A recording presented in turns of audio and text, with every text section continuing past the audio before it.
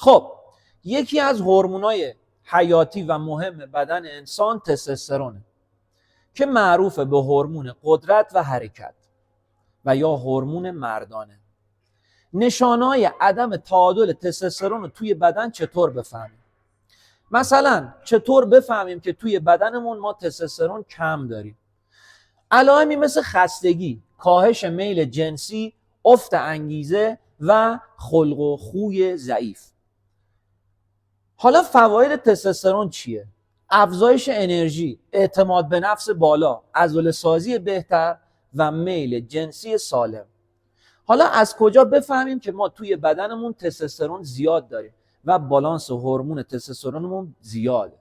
علائمی مثل پرخاشگری، رفتارهای تکانشی، بی‌صبری، بی‌حوصلگی، کرختی، اینا همه میفهمیم که ما تستوسترونمون خیلی بالا و یا ما بالانس هورمون تستوسترونمون بیش از اندازه است. به طور کلی کاهش استرس، خواب کافی، تغذیه پروتئینی بهتر همراه ورزش‌های قدرتی مثل وزنه‌برداری، بدنسازی، کراسفیت، فیتنس، اینا همه باعث میشه که ما توی بدنمون تستوسترون بالانس بهتری داشته باشه و همیشه هورمون تستوسترون توی بدنمون نرمال باشه. خیلی مخلصیم.